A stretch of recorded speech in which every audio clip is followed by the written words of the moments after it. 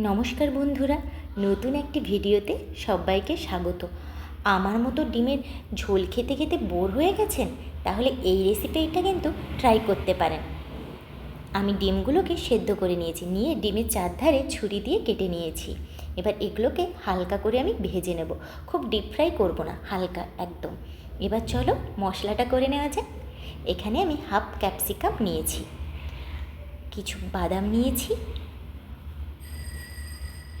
Half চামচ সাদা সর্ষে, 1 চামচ কালো সর্ষে, আর হাফ চামচ পোস্ত, লবঙ্গ, দারচিনি, আর একটা এলাচ, আর একটা শুকনো লঙ্কা। এইগুলো আমি একটা পেস্ট বানিয়ে নেব। দেখো আমার পেস্ট রেডি। এটা কিন্তু পাতলা করলে হবে না, এই রকম ঘন করতে হবে। চলো এবার তরকারিটা করা যাক।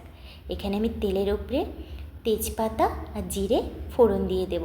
এখানে কিন্তু আর কোনো মশলা অ্যাড হবে না। এবারে ওই মিশ্রণটা দিয়ে দেব, বেটে রাখা মশলাটা। এবার মশলাটাকে কষিয়ে নিয়ে মশলা ধোয়া জল অ্যাড করব। এবার এটাকে একটু ফুটিয়ে নেব।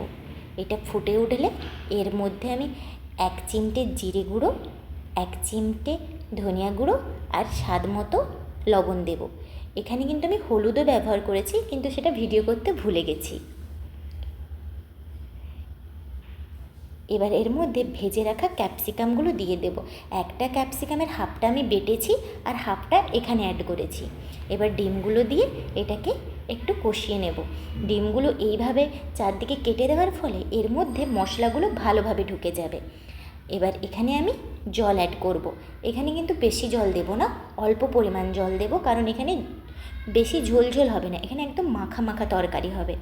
এবার এটা ফুটে উঠলেই আমি নামিয়ে নেব। এইভাবে কিন্তু তোমরাও বাড়িতে বানাতে পারো।